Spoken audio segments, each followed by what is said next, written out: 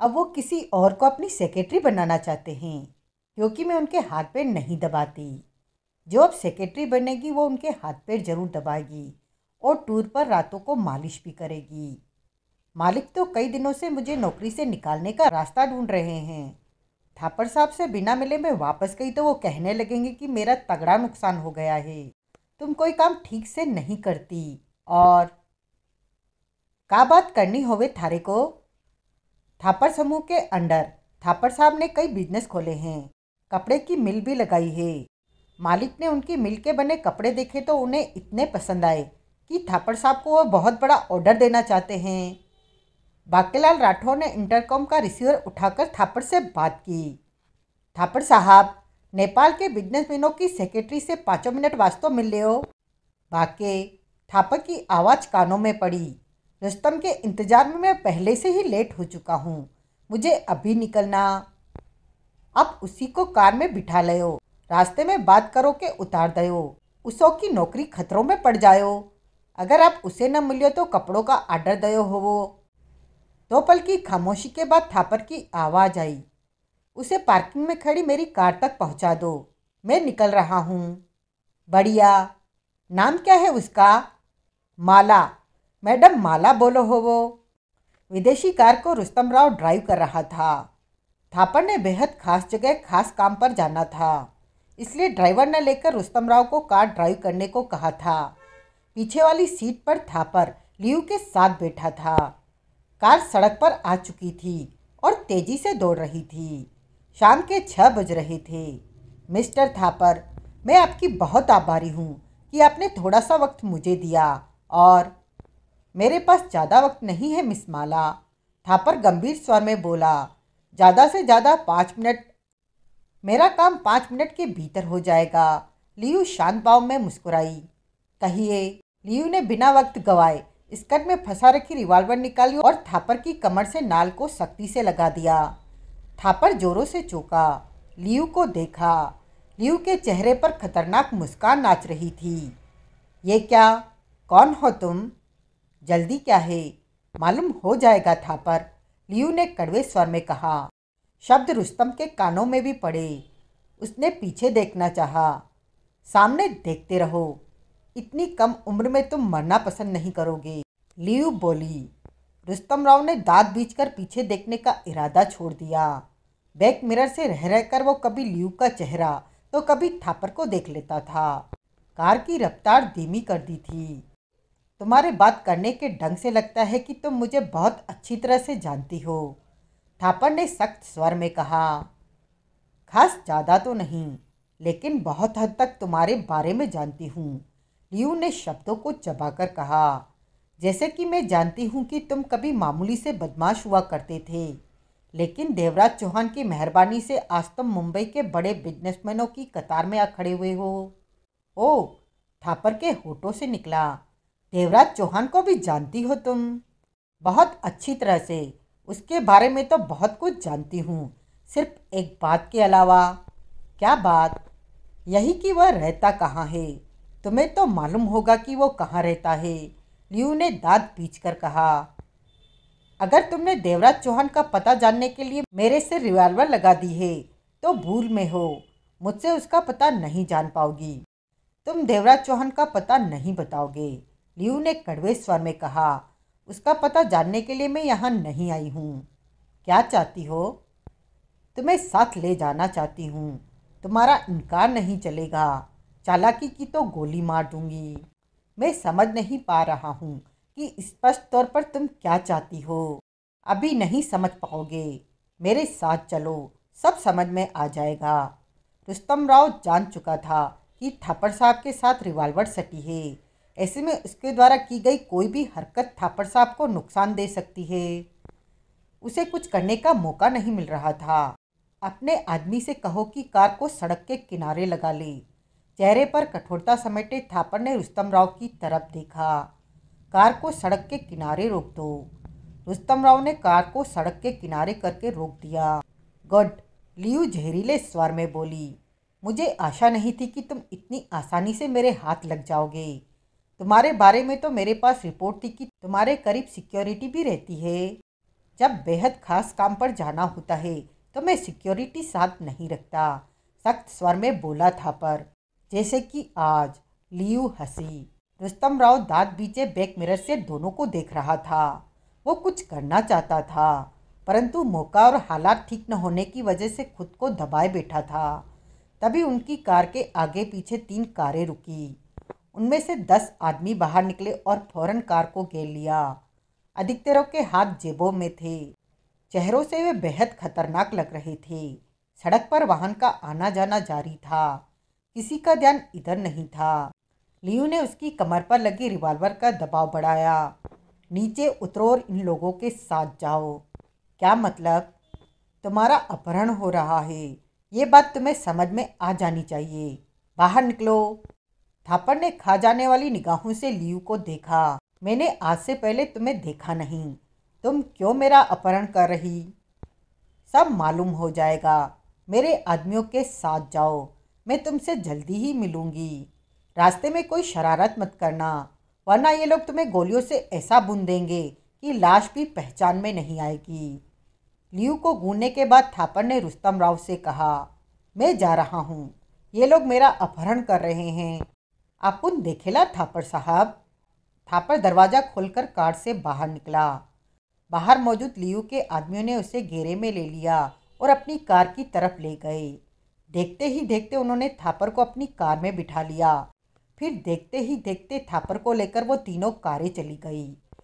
रुस्तम राव दांत पीछे steering seat पर बैठा उन कारों को जाते देखता रहा। तुम ड्राइवर तो नहीं हो? एकाएक लियू ने पूछा। गर्दन घुमाकर रुस्तम राव ने लियू को देखा।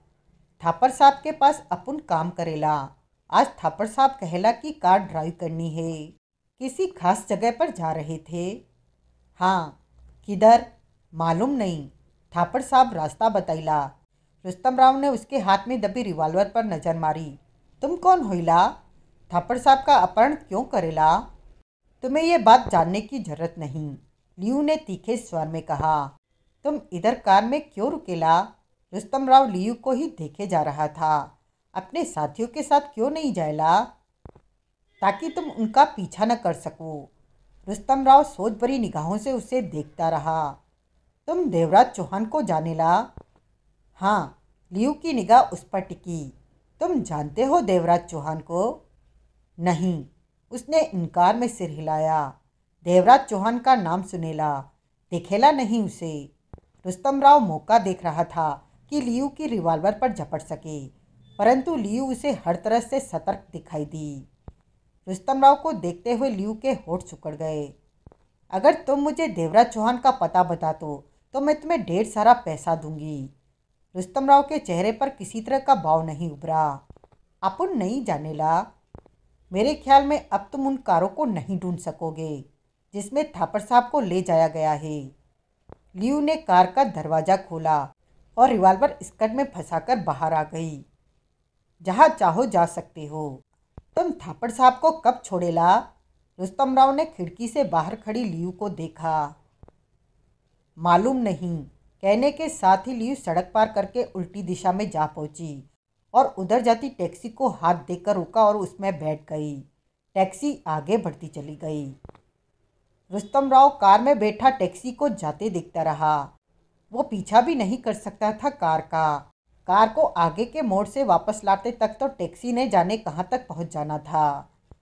जितनी आसानी से थापर साहब का अपहरण हो गया था और वो कुछ भी नहीं कर सका था। बहुत अच्छी तरह से उनकी घेराबंदी की गई थी और वो युवती वास्तव में बेहद सतर्क और चालाक थी। होठ बीचे रुस्तम राव ने कार स्टार्ट की और वापसी के लिए आगे बढ़ा दी। तुम? रुस्तम राव को भीतर आते देखकर बाकेलाल राठौर के होठों से निकला। तुम थापर साहब के साथ न गयो? थापर साहब के साथ ही अपन होइला। रुस्तम राव बैठते हुए गंभीर स्वर में बोला। बहुत गड़बड़ होइला। वो लड़की थापर साहब का अपहरण करेला। छोरी? वही जो पहले तुमसे मिलेला, फिर थापर साहब के साथ जाइला। माला? बाकेलाल राठौर के होठों से हैरानी भरा स्वर निकला। वो कैसे थापर साहब को उठायो हो? रुस्तम राव ने बताया। बाकेलाल राठौर हक्का बक्का रह गया। कई पलों तक उसके मुंह से बोलना फूटा। वो लड़की कौन होइला बाप? वो तो बोलो हो कि नेपाल के किसी बिजनेसमैनों की सेक्रेटरी हो और मिलों में कपड़ों बनाने वास्तव बात करनी हो। मारे को तो ऐसी जरा भी न लगो हो कि वो गड़बड़ करो हो। बाकेलाल राठौर परेशान सा हो उठा। रुस्तम राव का चेहरा एकाएक कठोर हो गया। अपुन का बहुत इंसल्ट होइला। अपुन की नज़रों के सामने थापड़ साहब को वो किडनैप करेला। बाकेलाल राठौर का चेहरा सुलग उठा। छोरे, थापड़ साहब को कुछ हुआ तो हम उस छोरी को वड़ दयो। बाप, थापड़ साहब की ताज़ा दुश्मनी किससे होइला? किसी से भी ना हो वो। पुरानी दुश्मनी हो वो तो कब की फीकी पड़ गयो। तो उस युक्ति की थापड़ साहब से क्या दुश्मनी होइला? छोरे, यो भी तो हो कि छोरी किसों के इशारों पर थापड़ साहब को उठाने आयो हो। और नहीं बाप, सिर हिलाते हुए रुस्तम राव दांत बीच कर कह उठा। वो लड़की किसी के नीचे काम नहीं करेला। उसका काम करने का डंग बतैला कि उसका हुक्म ही सब कुछ होइला। थारो मतलब हो कि वो छोरी थापड़ साहब से दुश्मनी रखे हो, तभी वो थापड़ साहब को उठायो हो। रुस्तम राव के होठ बिछ गए, आंखें सुकड़ गई, चेहरा पहले से ही सख्त था। का हो वो छोरे? बाप, देवराज चौहान ही बतैला कि मामला क्या होइला। बाकेलाल राठौर के चेहरे पर अजीब से भाव उभरे। देवराज चौहान का इस मामले से क्या वास्ता है वो? रुस्तम राव ने सख्त निगाहों से बाकेलाल राठौर की आंखों में झांका। वो लड़की 2 बार देवराज चौहान का जिक्र करेला। रुस्तम राव एक एक शब्द चबाकर कह उठा। अपुन को कहला कि अपुन उसे देवराज चौहान का पता बतैला तो वो अपुन को बहुत बड़ी रकम देला। बाकेलाल राठौर का हाथ अपनी मूंछ पर पहुंच गया। वो छोरी ऐसा बोलो? रुस्तम राव ने सहमति में सिर हिलाया। तब तो मारी बात मानो कि वो छोरी देवराज चौहान के फेर में हो। वो देवराज चौहान के फेर में न भी हो, तब भी देवराज चौहान उसके बारे में जानेला। उसका हुलिया सुनकर बतैला कि कौन होइला। तब अपुन थापड़ साहब को आसानी से ढूंढेला। रुस्तम राव पक्के स्वर में कह उठा। ठीको बातों बोलो हो। चलो छोरे, देवराज चौहान से बात करनो, बहुत अर्जेंट हो गए हो। कहते हुए बाकेलाल राठौर का हाथ मुंह पर पहुंच गया। आंखों में कठोरता समेटे वो उठ खड़ा हुआ। आधे घंटे में थापर को कैद में पहुंचा दिया गया। जिस कार में उसे ले जाया गया उस कार के शीशे पूरी तरह से काले थे। कुछ आगे जाकर उसे सिर नीचे झुकाने को मजबूर कर दिया गया कि वो बाहर न देख सके। फिर कार एक इमारत में प्रवेश हुई। इमारत के भीतर ही भीतर कोई कई रास्तों से गुजरकर गैराज जैसी जगह पर रुकी। उसे कार से बाहर निकालकर 2 आदमी उसे पकड़े। पतली सी गैलरी में कुछ देर चलते रहे। गैलरी खत्म होते ही छोटी छोटी कोठरियाँ नजर आने लगी। वो 10-12 कोठरियाँ थी। उन पर मोटी मोटी सलाखों वाले लोहे के मजबूत दरवाजे थे। वहाँ लाइटें लगी हुई थी। हवा आने का कहीं से पूरा रास्ता था। एक कोठरी में एक आदमी हाथ पैर फैलाकर आसानी से रह सकता था। उन्हीं में से एक में सोहनलाल पहले से ही मौजूद था। बाकी सब कोठरियाँ खाली थी। थापर को सोहनलाल के ठीक सामने वाली कोठरी में बंद कर दिया गया। आमने सामने दोनों कोठरियों के बीच 6 फीट का फासला था। वो दोनों व्यक्ति चले गए। थापर की निगाह सामने वाली कोठरी पर पड़ी तो वो चौंका।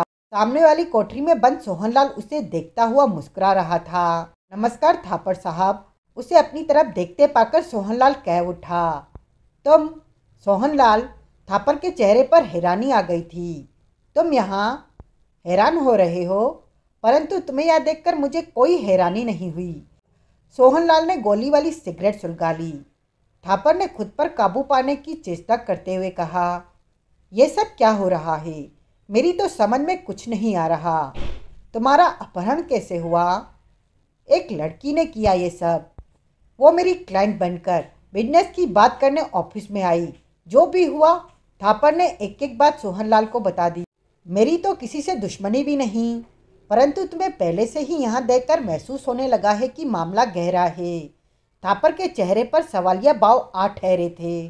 ठीक समझे, सोहनलाल ने कष्ट लिया। मामला गहरा है। इसके साथ ही सोहनलाल ने लियू का हुलिया बताकर कहा, यही युवती थी जिसने आपका अपहरण? हाँ, नेपाली है ये। और नेपाली नहीं, चीनी है। चीन की खतरनाक जासूस है वो, सोहनलाल ने गंभीर स्वर में कहा। क्या? थापर हक्का बक्का रह गया। मैंने ठीक बोला है। तुम कैसे जानते हो ये बात? थापर की आंखें सिकुड़ी। उससे पहले कभी मिले हो? कुछ महीने पहले पाकिस्तान में मिला था। देवराज चौहान और जगमोहन भी थे वहाँ। लियू के साथ पाकिस्तान का खतरनाक जासूस शाही मोहम्मद भी था। सोहनलाल ने कम शब्दों में वो मामला बताया। मतलब कि तुम लोगों की पहचान चीनी जासूस से पुरानी है। ये सब जानने के लिए पढ़ें अनिल मोहन का मारुति प्रकाशन से पूर्व प्रकाशित उपन्यास सरकारी शैतान। पाकिस्तानी जासूस शाही मोहम्मद से भी। सोहनलाल बोला, इसे तुम पहचान कह लो या दुश्मनी कह लो, चीनी जासूस लियू 2 बार देवराज चौहान के हाथों बुरी तरह मात खा चुकी है। वो अपनी हार का बदला लेने आई है हिंदुस्तान में देवराज चौहान से। साथ में शाही मोहम्मद को भी लगा लिया।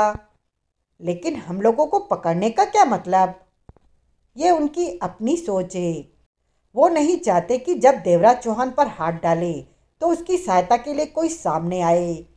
मेरे ख्याल में वे जगमोहन को भी खत्म करेंगे या फिर उसे भी इसी तरह कैद में ला डालेंगे। शाही मोहम्मद और लियू दोनों ही अपने अपने देशों में खतरनाक जासूस हैं थापर साहब। सोहनलाल ने गंभीर स्वर में कहा। ठीक कह रहे हो। चीनी जासूस लियू को मैं देख चुका हूँ। सच में वो खतरनाक है। अपनी हर हरकत को नापतोल कर करती है। कहीं भी लापरवाह नहीं होती। बहुत समझदारी से मेरे को घेरा है। रुस्तम राव को कुछ भी कर पाने का मौका नहीं मिला।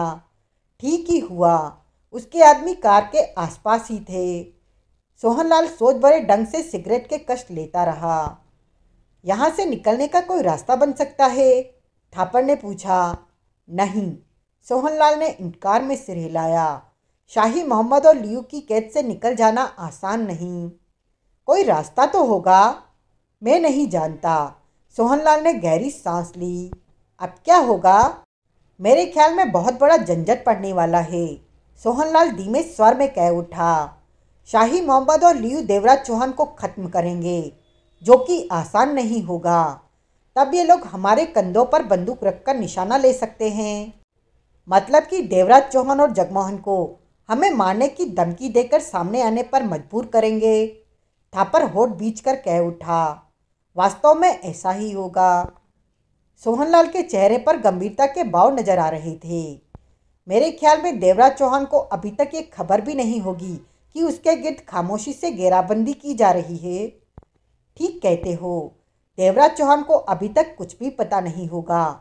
शाही मोहम्मद और लियू बेहद चुप्पी के साथ देवराज चौहान के आसपास रहने वालों पर कब्जा कर रहे हैं। देवराज चौहान को अकेला कर देना चाहते हैं ताकि वक्त आने पर कोई भी उसकी सहायता के लिए आगे ना आ सके। सोहनलाल ने व्याकुल निगाहों से थापर को देखा।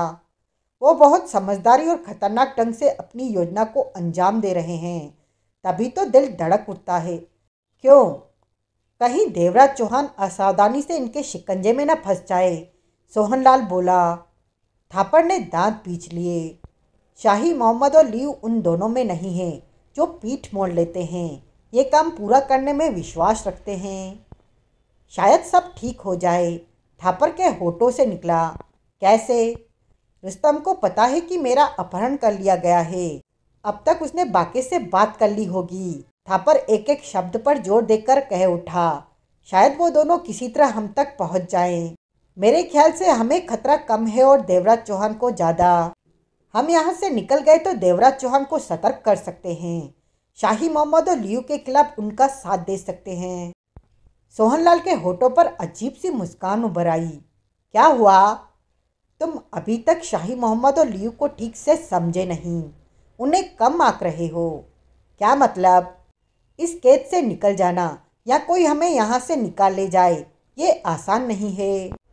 थापर सोहनलाल को आंखें सिकोड़े देखता रहा। बोला कुछ नहीं। तुम्हें शाही मोहम्मद और चीनी जासूस लियू पर ज़्यादा भरोसा लग रहा है। तुम उन दोनों को नहीं जानते थापर। सोहनलाल ने शांत स्वर में कहा। मैं उन्हें जान चुका हूँ। तुम क्या हो? तुम भी जानते हो और मैं भी।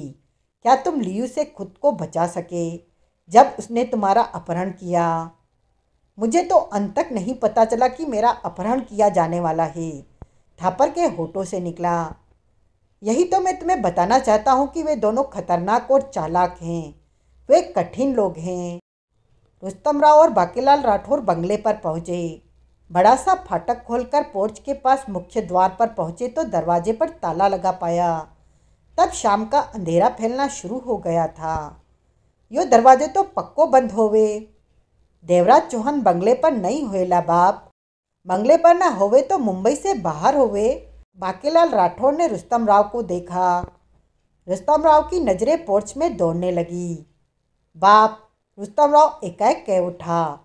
देवराज चौहान इधर ही मुंबई में होएला। थारे को सपड़ो आवे का? पोर्च में कार के पहिए के ताजे निशान होएला बाप, साफ दिखेला। बाकीलाल राठौर की नजरें भी पोर्च में जा ठहरी। छोरे, बोलो तो तुम फिट हो, पहियों के ताजो निशान दिखो हो। रुस्तम राव की नजरें आसपास देखने लगी।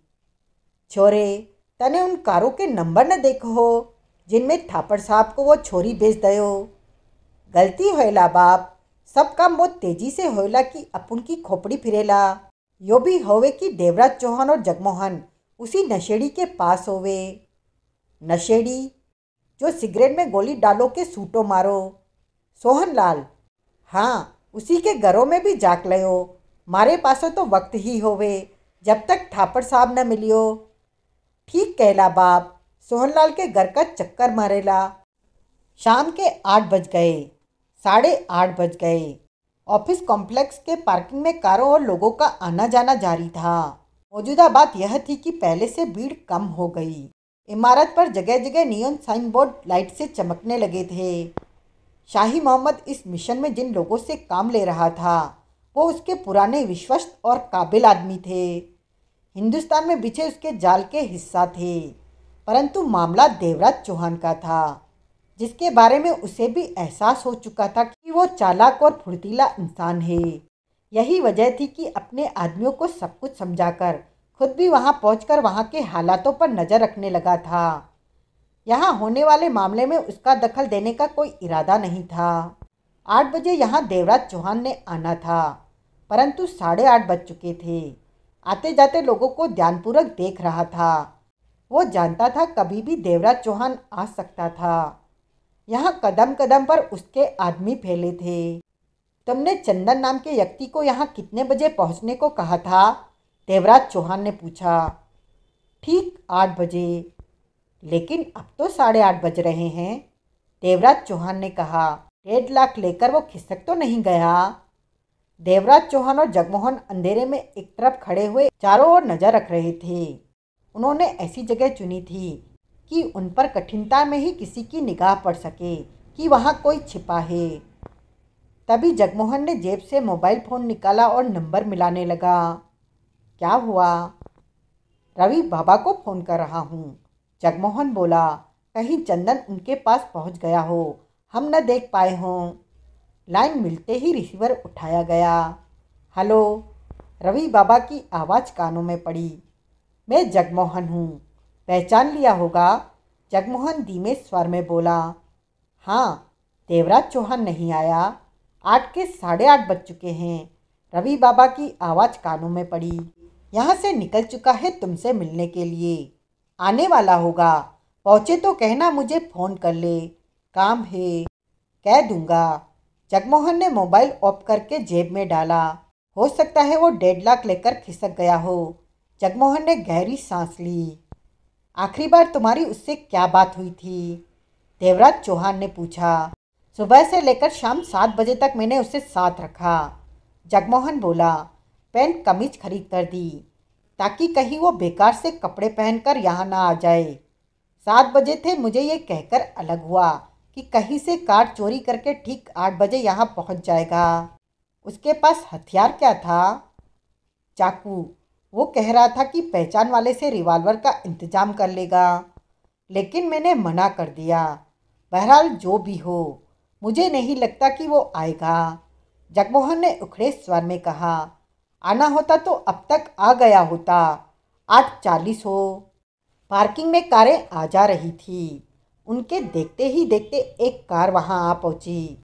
हेडलाइट और इंजन ऑफ करने के बाद जो व्यक्ति बाहर निकला उसे जगमोहन ने फौरन पहचाना। वह चंदन ही था। वो रहा चंदन, वो अभी अभी कार से निकला है। 1.5 लाख वसूल हो गया। जगमोहन के होठों से निकला। देवराज चौहान की निगाह उस पर टिक गई।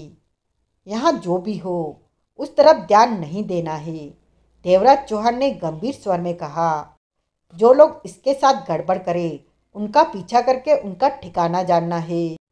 अगर इसे कुछ हुआ तो बचाने की कोशिश नहीं करनी क्या? 1.5 लाख इसे इसलिए दिया गया है कि ये खुद को बचाएगा। हमें अपने काम की तरफ देखना है। देवराज चौहान की निगाह हर तरफ दौड़ रही थी।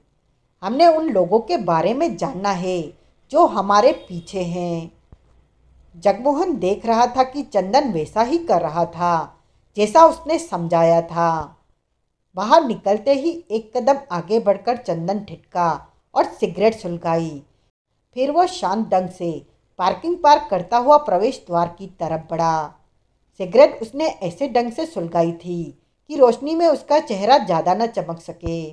चलने का ढंग भी बहुत हद तक देवराज चौहान जैसा लग रहा था। पार्किंग की मध्यम रोशनी में इस बात का धोखा आसानी से हो सकता था, खासतौर से तब जबकि इंतजार करने वाले को पता हो कि वो आने वाला है। अभी वो इमारत के प्रवेश द्वार से दूर था। इस वक्त देखने वाले आसानी से धोखा खा सकते हैं कि वो मैं ही हूँ, देवराज चौहान धीमे स्वर में बोला। उसकी नज़र चंदन से होती हुई हर तरफ जा रही थी। जगमोहन की निगाह भी बेहद सतर्क थी। शाही मोहम्मद के जो आदमी वहाँ थे, उनमें से 4 ऐसे थे जो देवराज चौहान को पहचानते थे। उन्होंने चंदन के रूप में देवराज चौहान को पहचाना, क्योंकि इस वक्त देवराज चौहान के यहाँ पहुँचने की आशा थी। दूसरे वहाँ बेहद मध्यम रोशनी थी। कुल मिलाकर चंदन उन्हें देवराज चौहान ही लगा। वो रहा देवराज चौहान, एक ने दूसरे से कहा। बाकी 2 भी वहाँ दबे पाँव आ पहुँचे। मुझे तो वो देवराज चौहान लगता है। लगता क्या, वो देवराज चौहान है। ओ, फिर तो उसका निशाना लिया जा सकता है। चौथे ने जेब से रिवॉल्वर निकालनी चाहिए। गोली नहीं मारना। क्यों? शाही साहब कह रहे थे कि अगर देवराज चौहान सीधे सीधे हाथ आ जाए तो और भी अच्छी बात है। 2 पलों की वहाँ खामोशी रही। इस वक्त इस पर हाथ डाला जा सकता है। लापरवाह लग रहा है। इसे आशा नहीं होगी कि इसके इंतजार में कोई यहाँ हो सकता है। बात तो सही है। सोचते क्या हो? पहले वाले ने बिचे स्वर में कहा। वो भीतर प्रवेश करने वाला है। जल्दी से अपने आदमी भेजो। चिंता किस बात की है? ये भीतर प्रवेश कर जाए तब भी हमारे आदमी इसे उठा लाएंगे। इसके साथ ही वे चारों फुर्ती से अलग हो गए। चंदन बिजनेस कॉम्प्लेक्स के प्रवेश द्वार के भीतर प्रवेश करने वाला ही था कि एकाएक उस पर कुछ आदमियों ने झपटा मारा। वो कुछ भी न कर सका। सेकंडों में उन लोगों ने उसे उठाया और एक तरफ खड़ी कार की तरफ ले भागे। आसपास से निकलने वाले लोग घबराकर दौड़े, कुछ चीखे। देखते ही देखते उन्होंने चंदन को एक कार में ठूसा। 3 आदमी उसके साथ चिपक कर बैठ गए। चंदन ने खुद को आज़ाद करने की चेष्टा की, परंतु कोई फायदा नहीं हुआ। देखते ही देखते 3 कारें स्टार्ट हुई, हेडलाइट्स ऑन हुई, फिर वहां से बढ़ती हुई सड़क पर जा पहुंची। अपनी सोचों के मुताबिक वे देवराज चौहान का अपहरण कर चुके थे। वो लोग चंदन को ले जा रहे हैं। जगमोहन के होठों से निकला। 3 कारें हैं। देवराज चौहान की निगाह स्टार्ट होती कारों पर थी। एक कार के पीछे तुम जाओ, दूसरी के पीछे मैं जा रहा हूँ। देखता हूँ कि ये लोग कहाँ जाते हैं। दोनों ने अपनी जगह छोड़ी और तेजी से पास ही खड़ी अपनी कारों की तरफ बढ़ गए। शाही मोहम्मद भी वहीं था, सब देख रहा था। पहले चंदन को उसने भी देवराज चौहान ही समझा, लेकिन कुछ पलों बाद उसे इस बात का एहसास हो गया था कि वो देवराज चौहान जैसा है। देवराज चौहान है नहीं। तब तक उसके आदमी उसे देवराज चौहान समझकर उस पर झपट चुके थे। शाही मोहम्मद चाहकर भी अपने आदमियों के पास नहीं पहुंचा। वो सावधान था कि देवराज चौहान जैसा आदमी चारे के रूप में उसके आदमियों के सामने डाला जा रहा है कि वे सामने आए। यानी कि ये बात स्पष्ट है कि देवराज चौहान या जगमोहन कहीं पास ही है। शाही मोहम्मद ने होंठ बींच लिए। देवराज चौहान जैसे आदमी को लेकर वे 3 कारें बाहर निकली, आगे बढ़ी। तभी उसने एक कार स्टार्ट होते और उस कार को उन कारों के पीछे जाते देखा। शाही मोहम्मद की आंखें सिकुड़ी। वहाँ रोशनी कम होने की वजह से जान नहीं सका कि कार कौन चला रहा है। अभी उस कार से नजरें हटी नहीं थी कि उसने अन्य कार को स्टार्ट होकर उन कारों के पीछे जाते देखा। यानी कि उसके आदमियों की कारों का पीछा हो रहा है। ये देवराज चौहान और जगमोहन होंगे या उनके आदमी होंगे। शाही मोहम्मद ने फौरन अपनी जगह छोड़ी और एक जगह खड़ी कार की तरफ दौड़ा। वो इस मामले में जरा भी दखल नहीं देना चाहता था, परंतु अपने आदमियों का पीछा होते देखकर इस मामले में आ गया था। वो सिर्फ ये जानना चाहता था कि वो लोग कौन हैं जो उसके आदमी का पीछा कर रहे हैं। नकली देवराज चौहान पेश करने का काम देवराज चौहान ही कर सकता है, तो उसके साथियों की कारों का पीछा करने वाला देवराज चौहान ही है। उसकी कार भी उन कारों के पीछे लग गई। सड़क पर वाहनों की भी भीड़ थी। हेडलाइटें चमक रही थीं, इंजनों का शोर था, हॉर्न की आवाज़ें। वो तीनों कारें भी भीड़ का हिस्सा बन चुकी थी। उसके पीछे देवराज चौहान और जगमोहन की अलग अलग कारें थीं और उनके पीछे शाही मोहम्मद कार में था। स्ट्रीट लाइट की तीव्र रोशनी रह रहकर सड़कों पर दौड़ती कारों के भीतर पड़ रही थी। उसी रोशनी में एक की निगाह चंदन के चेहरे पर पड़ी तो उसके होठों से निकला, ये तो देवराज चौहान नहीं है क्या? बगल में बैठे दूसरे व्यक्ति ने कहा, हम गलती से किसी और को ले आए हैं, कार को साइड में रोको। तीसरे ने दांत पीसते हुए कहा। देखते ही देखते कार सड़क के किनारे रुक गई। एक ने कार में लाइटर जलाया। चंदन का चेहरा चमका। ये तो देवराज चौहान नहीं है। वही तो मैं कह रहा हूँ, हम इतना बड़ा धोखा नहीं खा सकते, कहीं न कहीं तो गड़बड़ है। तीसरे ने खतरनाक स्वर में कहा, हम इसका अपहरण करके ले जा रहे हैं और ये आराम से बैठा है। इसने एक बार भी नहीं पूछा कि हम इसे क्यों उठाकर ले जा रहे हैं। चंदन शांत सा बैठा था। कौन है तू? एक ने दांत पीसकर गुर्राते हुए कहा। चंदन। कौन चंदन? कौन क्या? चंदन हूँ। मेरे माँ बाप का नाम जानकर तुम लोगों को क्या मिलेगा? मैं तो। चक्कर क्या है? हम इतना बड़ा धोखा नहीं खा सकते। तू हमें देवराज चौहान जैसा यूं ही नहीं लगा होगा। तू। मैं नहीं जानता देवराज चौहान कौन है, चंदन कह उठा। मुझे 1.5 लाख रुपए नकद दिए गए थे। ये जो नए कपड़े पहने हैं दिए गए। कहा गया कि मैं कोई कार चोरी करके 8 बजे उस बिजनेस सेंटर के पार्किंग में पहुंचूं और इमारत के भीतर चला जाऊं। मैंने ऐसा ही किया, लेकिन तुम लोगों ने मुझे उठा लिया। चंदन के शब्दों के बाद वहां चुप्पी सी छा गई। किसने दिया तुम्हें 1.5 लाख? मैं उसका नाम नहीं जानता। वो मेरे पास आया था। उसका हुलिया बताओ। चंदन ने हुलिया बताया तो उसी पल एक के होठों से निकला, जगमोहन। ये तो देवराज चौहान के साथी जगमोहन का हुलिया है। सच में? इसका मतलब इस वक्त जगमोहन हम पर नज़र रखता हो सकता है, हमारे पीछे होगा। तभी तो जगमोहन ने ये चाल चली। कल हमें धोखा देकर बच निकला था। और ये भी तो हो सकता है कि जगमोहन के साथ देवराज चौहान भी हमारे पीछे हो, हमारा ठिकाना देखना चाहते हों। देवराज चौहान और जगमोहन ने हम पर जाल फेंका है और हम फंस गए। ये तो अच्छा हुआ कि मैंने वक्त रहते पहचान लिया कि ये देवराज चौहान नहीं है। वो गर्दन घुमाकर पीछे देखने लगे। सड़क पर कारें, गाड़ियां आ जा रही थी। उनकी कार की तरह सड़क किनारे अन्य कारें भी खड़ी थी। कौन उनके पीछे है और कौन नहीं, इस बात को पहचान कर पाना आसान नहीं था। अब क्या करना है? इन हालातों में देवराज चौहान को तलाश करके कुछ करना ठीक नहीं होगा, क्योंकि वो हमारे पीछे हो सकता है। हम देवराज चौहान और जगमोहन की निगाहों में हो सकते हैं। यानी कि इस वक्त हमें खुद को देवराज चौहान और जगमोहन की निगाहों से बचाना है। ऐसा ना हो कि हमारा पीछा करते हुए वो हमारे ठिकाने को जान ले। तेरी बात सही है, लेकिन वे दूसरी कारों का पीछा करते हुए भी ठिकानों तक पहुंच सकते हैं। हमें दूसरों की तरफ ध्यान न देकर अपने को देखना है। इसका क्या करना है? पूछने वाले का इशारा चंदन की तरफ था। इस वक्त हमारे पास फालतू का वक्त नहीं है कि इसकी गर्दन तोड़े। बाहर फेंको इसे और कार दौड़ा दो। पीछे अगर कोई कार लगी है तो उससे बचना है।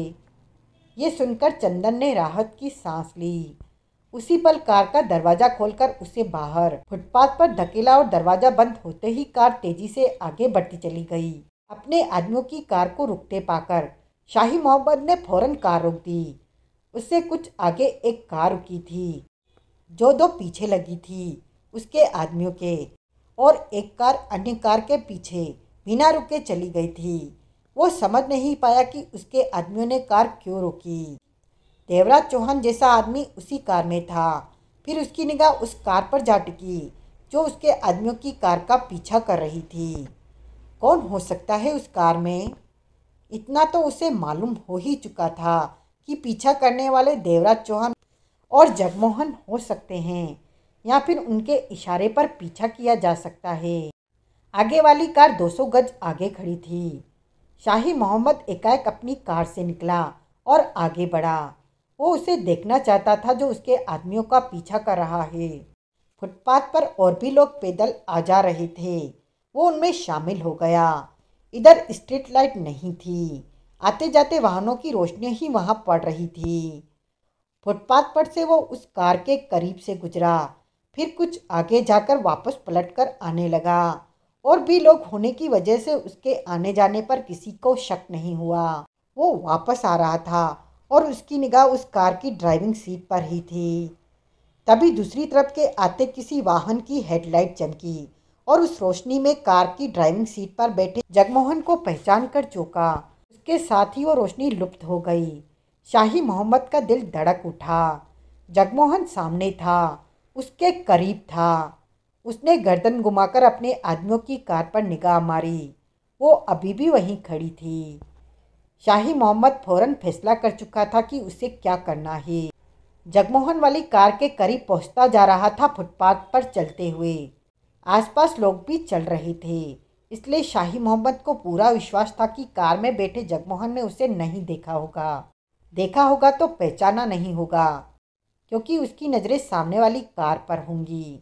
जगमोहन की कार के करीब पहुंचते ही शाही मोहम्मद ने एक हाथ अपनी पैंट की जेब में डाला और वहां पड़ी रिवॉल्वर पर उंगलियां कस गई। एकाएक उसने जगमोहन की कार का पीछे वाला दरवाज़ा खोला और भीतर बैठते हुए दरवाज़ा बंद किया और रिवॉल्वर निकालकर जगमोहन की गर्दन पर लगा दी। जगमोहन चूक उठा। अंधेरा होने के कारण बाहर के लोग ये सब न देख सके। हिलो मत, शाही मोहम्मद ने कड़वे किंतु मुस्कुराते स्वर में कहा। पीछे की तरफ गर्दन घुमाते घुमाते जगमोहन ठिठक गया। उसकी आंखें सिकुड़ी। उसे 100% यकीन था कि ये आवाज़ उसने पहले कहीं सुन रखी थी, परंतु याद न आया कि कहाँ सुनी है। कौन हो तुम? जगमोहन के होठों से सख्त सा स्वर निकला। तभी आगे वाली कार आगे बढ़ गई। जगमोहन ने भी अपनी कार को आगे बढ़ाना चाहा कि शाही मोहम्मद ने व्यंग्य से टोका। कोई फायदा नहीं जगमोहन साहब, कार यहीं खड़ी रहने दो। जगमोहन दांत भींचकर रह गया। ज़्यादा चालाकी भी अच्छी नहीं होती, शाही मोहम्मद ने व्यंग भरे लहजे में कहा। देवराज चौहान जैसा आदमी आगे करके तुमने सोचा कि हम धोखा खा जाएंगे, लेकिन ऐसा नहीं हो सका, बल्कि तुम ही हमारे शिकंजे में आ गए। हम तक झूठी खबर पहुंचा दी कि रवि बाबा से मिलने देवराज चौहान आएगा। आगे वाली कार सड़क पर बढ़ती हुई अब तक दूर हो चुकी थी। उस कार के निकल जाने से जगमोहन गुस्से से भर उठा, परंतु रिवॉल्वर की नाल गर्दन से लगी थी। मैंने तुम्हारी आवाज़ पहले भी कहीं सुन रखी है, जगमोहन भिजे स्वर में बोला। कौन हो तुम? शाही मोहम्मद तीखे स्वर में हंसा। आगे वाली कार में तुम्हारे लोग थे? जगमोहन ने गुस्से से पूछा। हाँ, उनके हाथों कल तुम बच निकले थे। ओ, तो कल तुम लोगों ने ही मुझ पर हाथ डालने की कोशिश की थी? हाँ, कल अपनी समझदारी से बच निकले और आज अपनी बेवकूफ़ी से फंस गए। तुम अपने बारे में नहीं बता रहे? बताता हूँ, कार आगे बढ़ाओ। तुम्हारा पूरा ध्यान ड्राइविंग पर होना चाहिए। मैं तुम्हारी गर्दन से रिवॉल्वर सटाकर आराम से पीछे बैठा हूँ, लेकिन रिवॉल्वर मेरे हाथ में रहेगी और रुख तुम्हारी तरफ। तुम्हें गोली भी मारनी पड़ जाए तो मुझे परहेज नहीं, कोई फर्क नहीं पड़ेगा। इसलिए सोच समझकर कोई चालाकी करने की चेष्टा करना। वैसे भी मेरे बारे में जानकर तुम शांत रहना ही पसंद करोगे। जगमोहन ने होठ बीचे कार आगे बढ़ा दी। अपने बारे में बताओ। हैरानी है कि इतनी बार भी मेरी आवाज़ सुनने के बाद तुम मुझे नहीं पहचान सके। शायद इसलिए कि मेरा ध्यान उन पर है जिनका मैं पीछा कर रहा था, और ऊपर से तुम आ गए। ऐसे में मेरी सोचें उलझ कर रह गई हैं। तुम क्यों मुझ पर हाथ डालना चाहते हो? मेरे नाम में ही तुम्हारे इस सवाल का जवाब है। नाम? क्या नाम है तुम्हारा? जल्दी क्या है, बता देता हूँ नाम। शाही मोहम्मद की आवाज़ में जहरीले भाव थे। जो मोड़ आ रहा है वहाँ से दाई तरफ कार मोड़ लेना। इस बात को किसी भी पल मत भूलना कि तुम मेरे निशाने पर हो। जगमोहन ने अगले मोड़ से कार को दाई तरफ मोड़ लिया। इतना तो उसने महसूस कर लिया था कि पीछे बैठा व्यक्ति सतर्क है। उसकी आवाज़ में विश्वास भरा पड़ा है। ऐसे लोगों को धोखा देना आसान नहीं होगा। मैं तुम्हें कुछ नाम बताता हूँ, उन्हीं नामों में मेरा नाम है। मेरी आवाज़ तुम्हें सुनी लग रही है तो उन नामों को सुनते ही मेरा नाम याद आ जाएगा। शाही मोहम्मद होले से हंसा। नाम बताने शुरू करूं? करो। जगमोहन के होठ बिचे थे। कैप्टन शुक्ला, शेफाली, राम सिंह, सलमा उर्फ शिखा भाटिया और शाही। शाही मोहम्मद। जगमोहन के होठों से हैरानी भरा स्वर निकला। तुमने टोक दिया, वरना मैं लियू का नाम भी लेने जा रहा था। तीखे स्वर में बोला शाही मोहम्मद। तुम तुम हिंदुस्तान में? मैं हिंदुस्तान में क्यों नहीं आ सकता? हम तुम लोग जिन रास्तों में आते जाते हैं वहाँ बैरियर नहीं होते। हम तुम लोग जिन रास्तों से आते जाते हैं वहाँ बैरियर नहीं होते। उधर गन के साथ कोई खड़ा नहीं होता।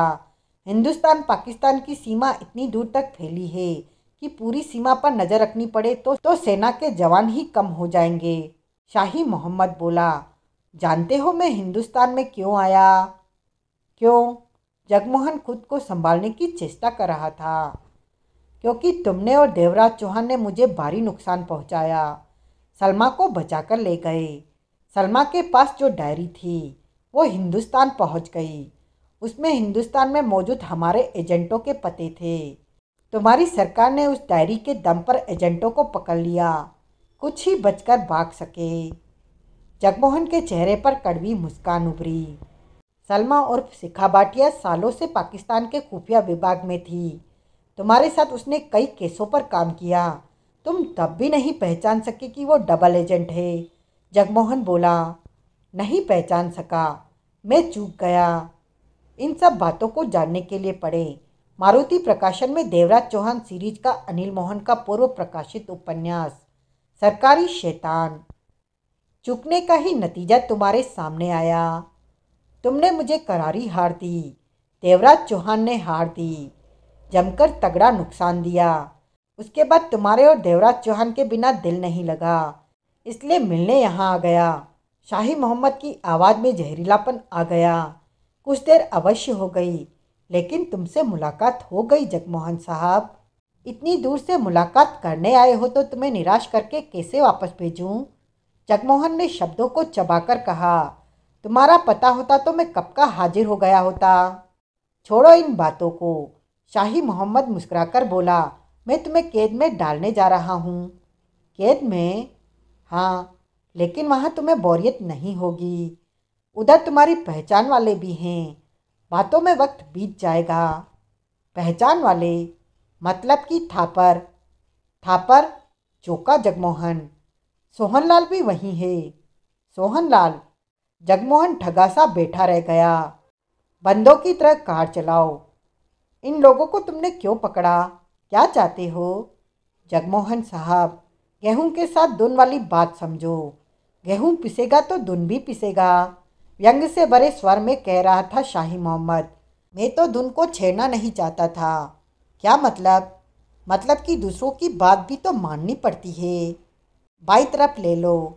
जगमोहन ने कार को बाई तरफ मोड़ते हुए कहा। दूसरे कौन? जिसके साथ मिलकर मैं ये काम कर रहा हूँ। तुम जानते हो उसे? अब मैं पूछूं कि किसे जानता हूँ मैं? जगमोहन ने दांत पीसे। जल्दी पूछ लिया, वरना मैं बताने ही वाला था कि लियू की बात कर रहा हूँ। लियू? जगमोहन ने फौरन पलटकर शाही मोहम्मद के चेहरे पर निगाह मारी। आगे देख, शाही मोहम्मद ने तुरंत दांत पींचकर कहा, एक्सीडेंट मारेगा क्या?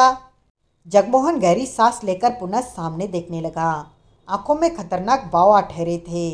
मन में हैरानी भी थी कि इस मामले में लियू के साथ साथ शाही मोहम्मद भी। जगमोहन को हालात कुछ बिगड़े बिगड़े से लगे। हिंदुस्तान में तुम्हारा और लियू का साथ मेरी समझ से परे है शाही, जगमोहन बोला। मामूली सी बात है, इसे समझने के लिए तो दिमाग की भी जरूरत नहीं, शाही मोहम्मद ने कड़वे स्वर में कहा। एक बार तुम लोगों ने लियू को मारा, उसे मरा छोड़कर आ गए, परंतु किस्मत से वो जिंदा थी, बच निकली। दूसरी बार पाकिस्तान में कुछ महीने पहले लियू को भारी चोट दी, वही चोट मुझे भी मिली। हम दोनों ही तुमसे और देवराज चौहान से परेशान हो गए और हमें लगने लगा कि अक्सर तुम दोनों हमारे रास्ते में आते ही रहोगे। जगमोहन ने होठ भींच लिए।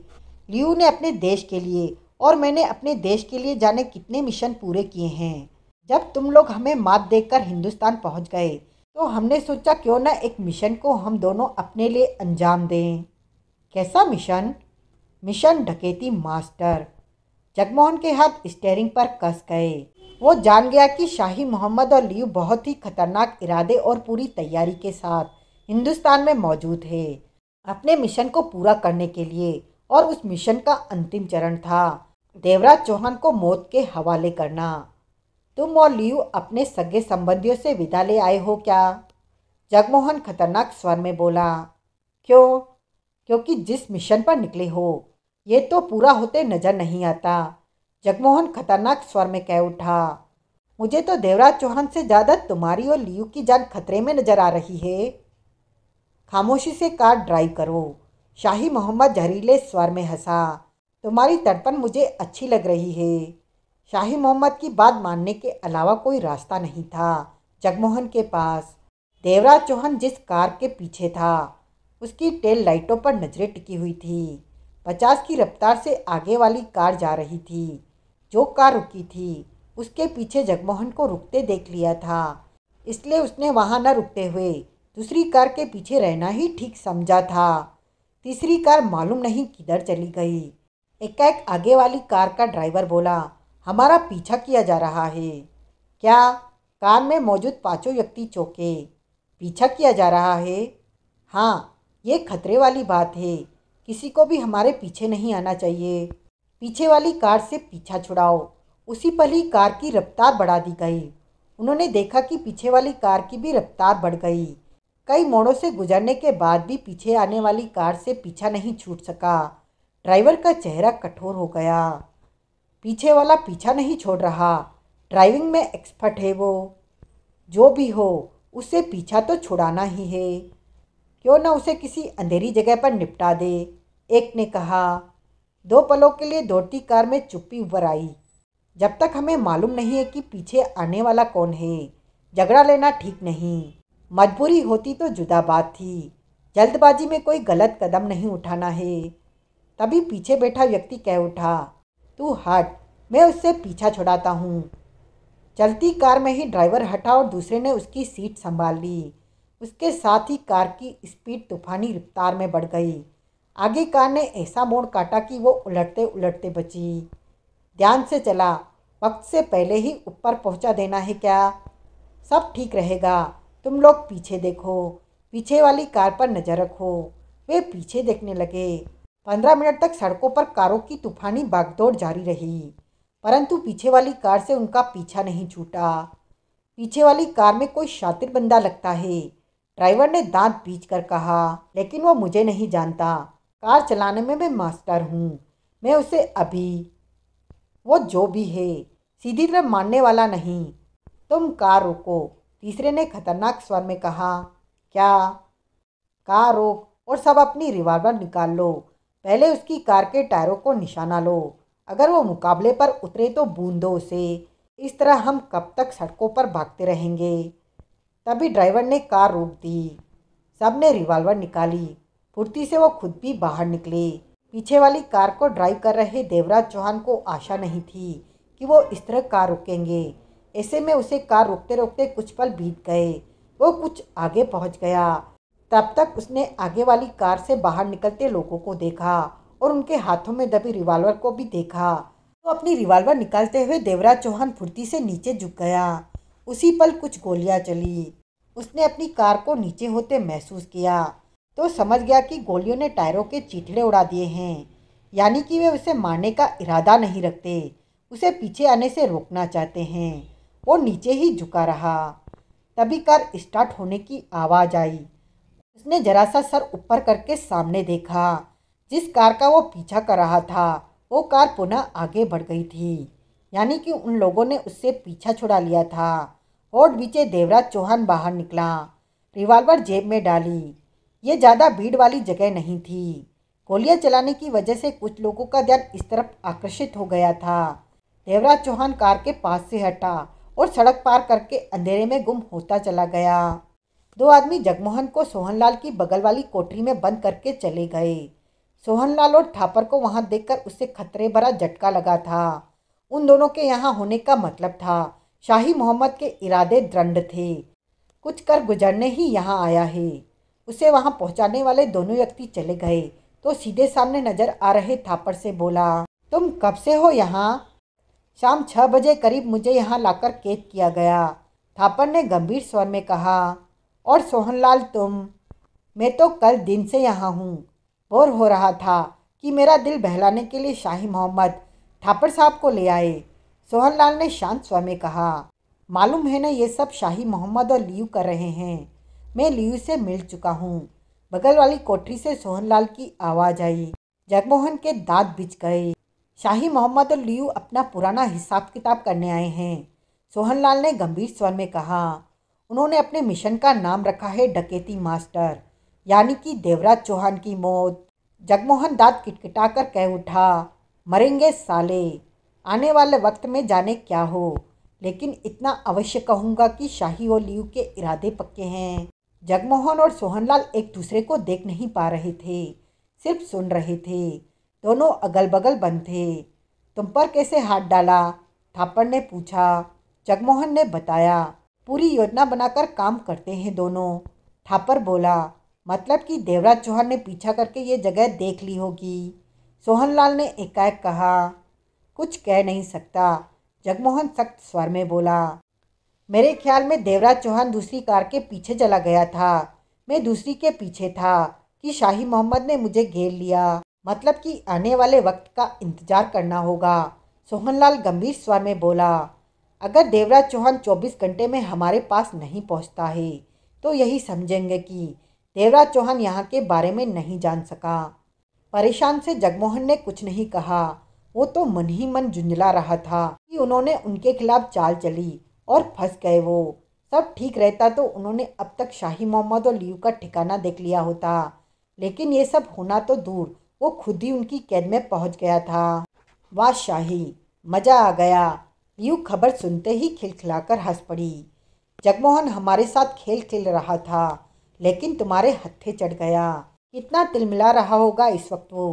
कल मिलूंगी उससे। थापर, सोहनलाल और जगमोहन कैद में पहुंच चुके हैं, शाही मोहम्मद बोला। यही हमने सोचा था। हाँ, अब देवराज चौहान अकेला रह गया है। वो अकेला नहीं है लियू, शाही मोहम्मद ने गंभीर स्वर में कहा। अभी उसके पास 2 लोग हैं। कौन 2 लोग? थापर के आदमी हैं, बाकीलाल राठौर और रुस्तम राव। जरूरत पड़ने पर वे दोनों देवराज चौहान के काम आते हैं। और अब जबकि थापर हमारी कैद में है तो दोनों देवराज चौहान से मिल सकते हैं, शाही मोहम्मद बोला। उसने बाकीलाल राठौर और रुस्तम राव के हुलिये भी बताए हैं। उनके हुलिये बताओ, शाही मोहम्मद ने हुलिये बताए। लियू के होठ बिछ गए। आज ही मैं इन दोनों से मिली हूँ। बाकीलाल राठौर से तब मिली जब थापर से मेरी अपॉइंटमेंट फिक्स थी और मुझे बाकीलाल राठौर से मिलवा दिया गया। लियू शाही मोहम्मद को देखते हुए कह उठी। रुस्तम राव से मैं तब मिली जब थापर का अपहरण किया। तब रुस्तम राव ही कार ड्राइव कर रहा था। रुस्तम राव जैसे कम उम्र लड़के को देखकर लगा नहीं कि वो खतरनाक हो सकता है। उस लड़के को जानने वाले उसे जालिम कहते हैं। शाही मोहम्मद को देखते हुए लियू ने धीमे से सिर हिलाया। अब मुझे याद आ रहा है, थापर ने उससे आखिरी शब्द कहे थे कि मैं जा रहा हूँ। ये लोग मेरा अपहरण कर रहे हैं। यानी कि थापर के शब्दों का मतलब था कि वो कुछ करे। लियू बोला, अगर हम अपना ध्यान बाकीलाल राठौर और रुस्तम राव पर लगाते हैं तो देवराज चौहान को खुला छोड़ना होगा, जबकि जल्दी ही वो जान जाएगा कि जगमोहन का अपहरण हुआ है। बाकीलाल राठौर और रुस्तम राव देवराज चौहान से पक्का जल्दी ही मिलेंगे। तब वे तुम्हारे हुलिये और थापर के अपहरण का भी जिक्र करेंगे।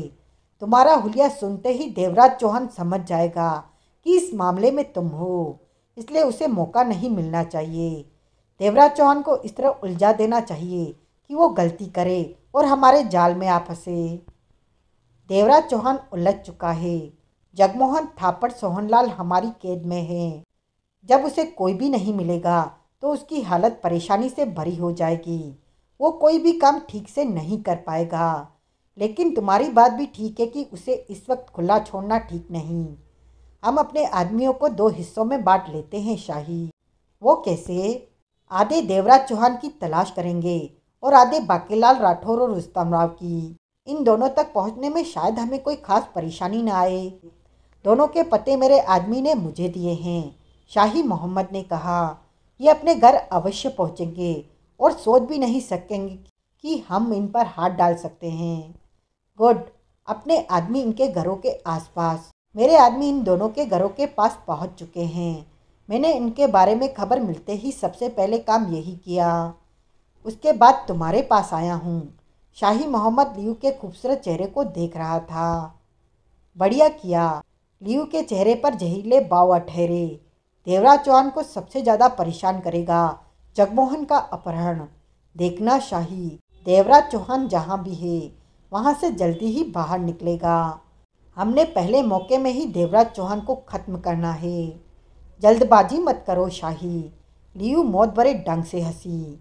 देखना मैं कैसे देवराज चौहान को तड़पा तड़पा कर मारती हूँ। देवराज चौहान रात करीब 12 बजे बंगले पर पहुंचा। अपनी कार के अगले दोनों टायर ब्रस्ट होने के बाद वहां से निकल आया था।